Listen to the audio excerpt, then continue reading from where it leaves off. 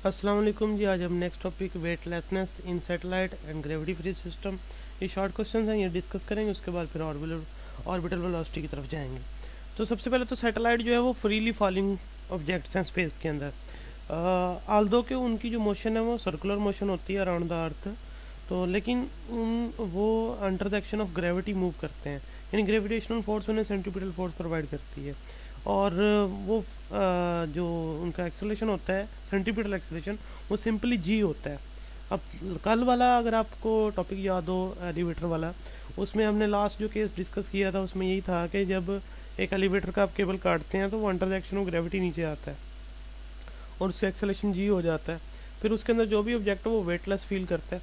Freely falling object जो है वो वेटलेस फील करेगा। अब यहाँ पर हम बात कर रहे हैं सैटेलाइट्स की, वो अराउंड द अर्थ जो है वो मूव करती हैं, तो वो फ्रीली फॉलिंग कंडीशन के अंदर है under the force of attraction of earth.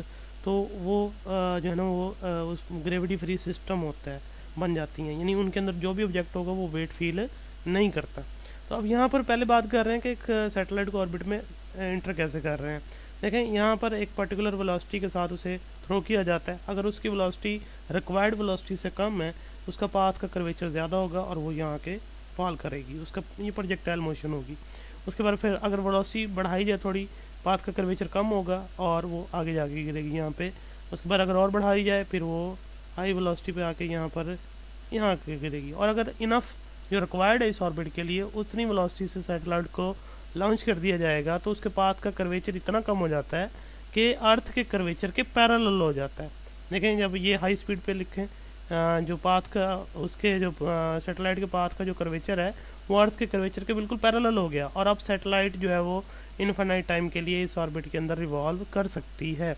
और due to spherical shape of the earth वो अर्थ से कभी भी कोलाइड नहीं करती।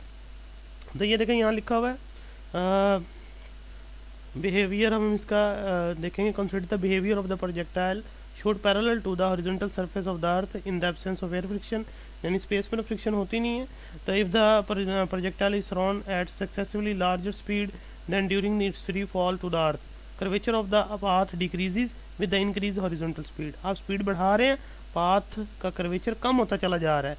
If the object is thrown fast enough parallel to the earth, the curvature of its path will match the curvature of the earth. तो उसके path का curvature और अर्थ का कर्वेचर मैच करेगा, और फिर इस तरह स्पेसशिप जो होगी वो simply circle around the earth, यानी कि वो सिंपली चक्कर लगाने लगेगी। तो spaceship is accelerating toward the centre of the earth all the times, हर दफ़ा हर टाइम वो जो एक्सेलरेट कर रही है वो toward the centre of the अर्थ कर रही है। ठीक है जी। तो इससे क्या होगा कि देखें, since it circle around the earth it radial acceleration simply G, जैसे मैंने आपको स्टार्ट में बताया, उसका जो ग्रेविटेशनल एक्सेलेरेशन होगा सिंपली जी होगा, और वो फ्री फॉल एक्सेलेरेशन है। In fact spaceship is falling toward the center of the earth at all the time due to spherical shape of the earth it never strike the surface of the earth। तो ये यहाँ तक एक question बनता है कि satellite जो है ना अर्थ सरफेस पे आकर स्ट्राइक क्यों नहीं करती। देखें इसमें ये बात क्लियर हो गई कि उनका जो एक्सेलेरेशन होता है वो सिंपली जी होता है और वो फ्री फॉलिंग कंडीशन के अंदर है, और वो इनफैक्ट वो ऑलवेज फॉल करती रहती हैं toward the centre of the अर्थ। लेकिन वो अर्थ से टकराती इसलिए नहीं है क्योंकि उन अर्थ की जो शेप है वो स्फेरिकल है, और दूसरा उनके पाथ का कर्वेचर अर्थ के कर्वेचर से मैच कर जाता है जब आप रिक्वायर्ड वेलोसिटी पर उन्हें थ्रो करते हैं। फिर आगे है ये ग्रेविटी फ्री सिस्टम बताया गया है। जो सैटेलाइट फ्री फॉलिंग ऑब्जेक्ट्स हैं जिन्हें हम कह रहे हैं, तो उनके अंदर जो भी ऑब्जेक्ट्स होंगे, जो ऑपरेटर्स होगा, वो वेटलेस फील करेगा क्योंकि under the action of gravity वो मूव करती हैं। डेफिनेटली वो फ्रीली फॉलिंग बॉडीज़ हैं, तो फ्रीली फॉलिंग बॉडीज़ के अंदर कोई भी ऑब्जेक्ट हो उसका वेट नहीं हुआ करता, यानी अपेरेंट वेट उनका ज़ीरो होगा। तो thus no force is required to hold an object falling in the frame of reference of the spacecraft के अंदर जो आप किसी चीज़ को होल्ड करने के लिए फोर्स की ज़रूरत नहीं होगी। तो such a system is called gravity free system, तो इसको हम ग्रेविटी फ्री सिस्टम कहते हैं। तो ये दो क्वेश्चन याद रखने हैं कि स्पेसशिप क्यों नहीं टकराती अर्थ सरफेस के साथ, आके स्ट्राइक क्यों नहीं करती, क्योंकि वो एक्सेलरेट कर रही है toward the centre of the earth all the time. उसका रेडियल एक्सेलेरेशन जी है, यानी ग्रेविटेशनल एक्सेलेरेशन जो होता है, सॉरी सेंट्रीपिटल एक्सेलेरेशन जो है वो जी है उसका, और वो स्पेसशिप जो है वो falling toward the centre of the अर्थ है ऑल द टाइम, तो स्फेरिकल शेप जो है अर्थ की वो उसको प्रिवेंट करती है from the strike off the surface of the अर्थ। और ये स्पेसशिप जो है ये फ्री फॉल, जितने ऑब्जेक्ट्स होंगे इसके अंदर वो सारे वेटलेस हो जाएंगे, अपेरेंट वेट उनका ज़ीरो होगा और कोई फोर्स रिक्वायर्ड नहीं उनको होल्ड करने के लिए उस फ्रेम ऑफ रेफरेंस यानी स्पेस क्राफ्ट के अंदर। तो ये सिस्टम ग्रेविटी फ्री सिस्टम कहलाता है जी। अब ऑर्बिटल वेलोसिटी देखें। ऑर्बिटल वेलोसिटी को पहले डिफाइन करते हैं, उसके बाद इसका एक्सप्रेशन भी ड्राइव करेंगे। The velocity of a satellite that enable it to circle around the earth is called orbital velocity.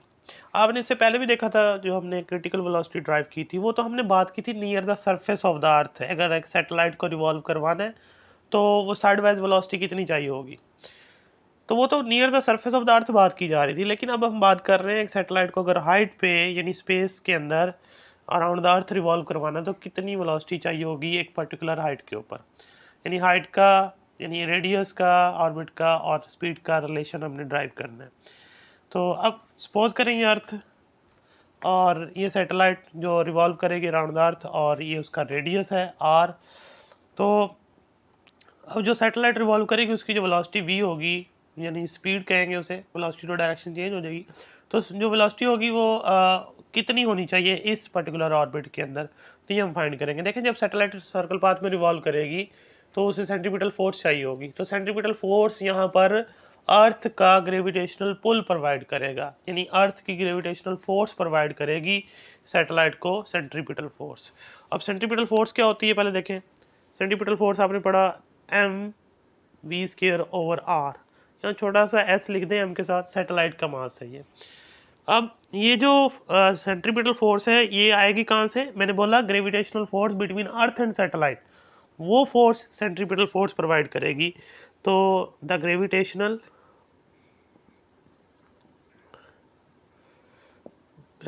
Force between earth and satellite provide this centripetal force।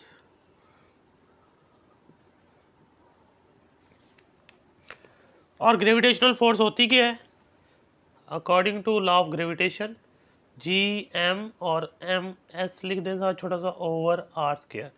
Capital M जो है mass of earth है, small ये M S जो है वो satellite का मास है।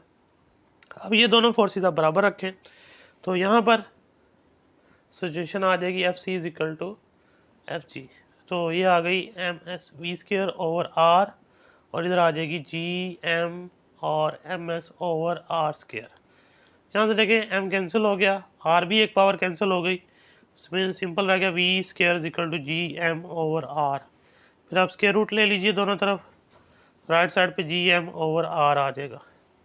अब यहाँ देखें जी कांस्टेंट है, जी की value 6.673 into 10⁻⁻11 newton metre square और पर के जी स्क्वायर होती है। तो इसमें ये यूनिवर्सल ग्रेविटेशनल कांस्टेंट है। एम जो मास ऑफ अर्थ है वो भी कांस्टेंट है। अब नीचे रह गया आर। अब आर देखें क्या है, वो from the centre of the earth measure किया गया है, यानी अगर आप आर को देखो तो वो radius of the earth plus height के बराबर आएगा। इट मीन्स कि वो इसके इन्वर्सली है, यानी वी इन्वर्सली है आर के। तो अगर तो आर बढ़ेगा यानी रेडियस बड़ा करते जाएंगे, ऑर्बिट बड़ा करते जाएंगे, आर बढ़ जाएगा हाइट बढ़ने की वजह से, तो ऑर्बिटल वेलोसिटी कम रिक्वायर्ड होगी सैटेलाइट को उस रेडियस के अंदर रिवॉल्व करवाने के लिए। अगर आर कम हुआ यानी हाइट कम कर दें, आर कम हो जाएगा, आर कम होगा तो डेफिनेटली वी वेलोसिटी ज़्यादा रिक्वायर्ड होगी उस ऑर्बिट में इसको रिवॉल्व करवाने के लिए। तो जो भी ऑर्बिट, जिस ऑर्बिट में आपको सैटेलाइट पुट करनी है उसका रेडियस यहाँ पुट करें इस फार्मूले में, ये दोनों कांस्टेंट है, आपको एक वेलोसिटी मिल जाएगी। उस वेलोसिटी के साथ उस सैटेलाइट को उस ऑर्बिट में लॉन्च कर दें with the help of rocket, वो इनफाइनाइट टाइम के लिए उस ऑर्बिट के अंदर रिवॉल्व करती रहेगी। अब यहाँ पर बात आती है कि जो मास ऑफ सैटेलाइट है वो डिपेंड नहीं करता कि कितना है। देखिए वी जो आपने ड्राइव किया उसके अंदर मास ऑफ सैटेलाइट नहीं आया, तो मास ऑफ सैटेलाइट जितना भी हो लेकिन वो उसकी वेलोसिटी उस बात पर डिपेंड नहीं करती, जस्ट डिपेंडेंट है तो साइज ऑफ द ऑर्बिट के ऊपर। तो ये शॉर्ट क्वेश्चन में भी आया हुआ है, मिला के लॉन्ग बनाया जा सकता है किसी चीज़ के साथ, ऐसे छोटा है ये। डेफिनेशन भी तैयार करनी है और ये एक्सप्रेशन भी याद होना चाहिए। तो ये आपका टॉपिक कंप्लीट। नेक्स्ट फिर इंशाल्लाह आर्टिफिशियल ग्रेविटी डिस्कस करेंगे। अल्लाह हाफिज़।